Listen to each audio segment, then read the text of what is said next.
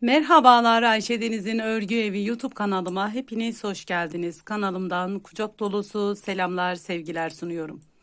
Evet, yine bir örgü model çalışması ile sizlerle birlikteyiz. Bu videomda sizlere iki şiş örgülerinize çok yakışacak güzel bir modelle geldim. Evet arkadaşlar, modelimin yapımı için bu şekilde bir ipim var. Şöyle göstermek istiyorum. Altın ilmek baby yazıyor. Şöyle kalınlığını, inceliğini de sizlere göstereyim ipimin bu şekilde. Şiş numaralarım ise 3,5 numara şiş kullanacağım. Sizler ipinizin kalınlığına, inceliğine göre şişler kullanabilirsiniz. Evet, buyurun Bismillahirrahmanirrahim diyelim ve dilerseniz modelimizin anlatımına geçelim. Modelimi arkadaşlar bir örnek üzerinde anlatacağım. Modelimiz 13 ve 13'ün katları artı 4 ilmek ekleyerek modelinizi kurabilirsiniz. Modelimiz lastik gerektirmeyen bir model. Hemen şöyle başlıyorum. Bismillahirrahmanirrahim. 2, 3, 4, 5, 6, 7, 8, 9, 10, 11, 12, 13. Artı 4 ilmek ekliyoruz. İlmeğin ikisi modelimiz için, 2 tane ilmeğimiz ise sağ ve sol kenar ilmekleri oluyor. Şöyle hemen 2, 3, 4. 2, 4, 6, 8, 10, 12, 13. Artı 4 ilmek. Bu şekilde 13, 13, 13, 13, 13 ve katlarında ilmekler ayarlayıp örgünüzün enine göre artı 4 ilmek eklemelisiniz. Hemen birinci sıramdan başlayacağım arkadaşlar. Şöyle ipimi bir bağlayayım.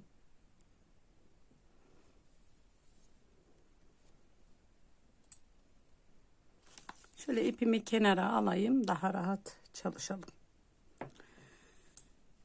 Hemen modelimin ön yüzünden başlıyorum arkadaşlar. İlk sıramız ön yüzünden kuruluyor modelimiz. Lastik gerektirmeyen bir model. Hemen ilk sıram olduğu için kenar ilmeğimi düz bir şekilde ördüm. Şöyle hemen. Burada yine bir düz ilmek aldım kenardan sonra. Kenar ilmeklerimizi saymazsak bir düz. Tekrar burada yapmamız gereken, şöyle hemen ilmeğimin yönünü, burada ilk sırada bunu yapıyorum. Yönünü çevirdim. Düz bir şekilde ikisini bir aldım. Devam ediyorum şimdi diğer ilmeklerimi ters örüyorum. 1, 2, 3, 4, 5, 6, 7, 8, 9 ilmek ters ördüm. 9 ilmek tersten sonra buradaki ilmeklerimin hemen şöyle yönlerini çeviriyorum. İçten dışa doğru şöyle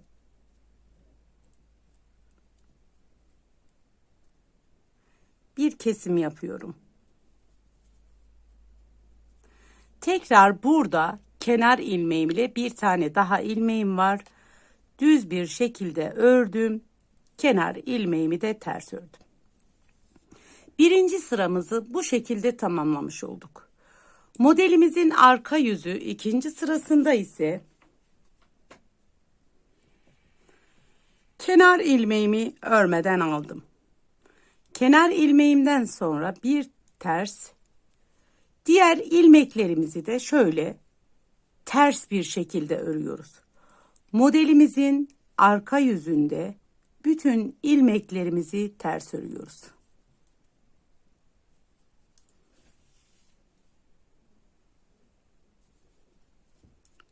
Tekrar ters. Bütün ilmeklerim ters. Örgümüzün bitimine kadar arka yüzdeki yapacağımız işlem Bütün ilmeklerimizi ters örmek. Başka bir işlemimiz yok arkadaşlar arka yüzde. İkinci sırasını bu şekilde tamamladıktan sonra üçüncü sıramızda ise hemen kenar ilmeğimi örmeden alıyorum. Burada bir düz ilmeğimi ördüm. Üçüncü sıramız ön yüzde. Burada 2 tane ilmeğimiz var. Hemen 2 tane ilmeğimizi yönleri çevrili değilse bu ilmeğinizin yönünü çevirebilirsiniz. Benim düz olduğu için hemen şöyle ikisini bir ördüm. Burada bir kesim yaptım. Sıradaki ilmeklerimi ters bir şekilde örüyorum. Yani 2 diş haroşa ilmeğimiz olacak arkadaşlar. Burada 1, 2, 3, 4, 5, 6, 7 ilmek ters ördüm. 7 ilmek ters ilmeğimden sonra bir alt sırada 9 ilmeğimiz vardı. Burada bir kesim yaptık. Şimdi burada da bir kesim yapacağız. 7 ilmeğe düşürdük örneğimizi. Şimdi burada ise ilmeklerimin yönlerini çeviriyorum. Diğer şişime alıyorum. Şöyle bir genişletme yapıyorum. İçten dışa doğru. Bir kesim. Tekrar burada kenarda bir düz ilmeğim. Tekrar bir ters ilmeğim. Kenar ilmeğimi ördüm. Dördüncü sıra arka yüzde ise bütün ilmeklerimizi ters örüyoruz. Bütün ilmeklerimi ters bir şekilde örüyorum.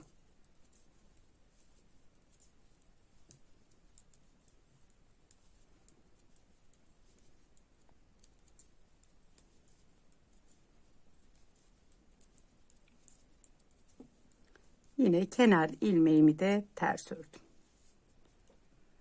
5. sıramızda ön yüzdeyiz. 5. sıramız ön yüzdeyiz. Kenar ilmeğimi örmeden aldım. Burada kenar ilmeğimden sonra bir düz ilmeğimi ördüm. Yine burada kesmiş olduğumuz direk var. Kesimleri yapmış olduğumuz direk. Buradakini bir arkadaki haroşa ilmeğim ile birlikte düz bir şekilde kestim. Burada ise bir doladım, bir düz. Bir doladım, bir düz. Bir doladım, bir düz. Bir doladım, bir düz. Bu şekilde dolamış olup ve ördüğümüz ilmeğimiz 11 tane olmalı. Şöyle hemen sayalım. 2, 4, 6, 8, 9, 10 ördüğüm 11. En son doladık 11 tane ilmek buraya. Bir alt sırada sağdan ve soldan kesmiş olduğumuz ilmeklerimizi tekrar yerine getirdik. Burada bir ajur bölümü oluşturduk. Tekrar burada bir doladım. Buradaki 2 tane ilmeğimin yönlerini çevirip şöyle bir genişletme yaptım. İçten dışa doğru bir kesim yaptım. Burada kenardaki düz ilmeğimi ördüm. Kenar ilmeğimi de ters bir şekilde ördüm. Modelimin 6. sırası arka yüzde son sıramız. Modelimiz 6 sıradan oluşuyor. Kenar ilmeğimi örmeden aldım. Bütün ilmeklerimizi ters örüyoruz. Artırmış olduğumuz, dolamış olduğumuz ilmeklerimizi de bu şekilde ters örüyoruz.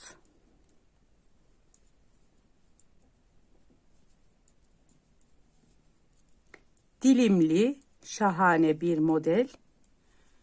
Şöyle hemen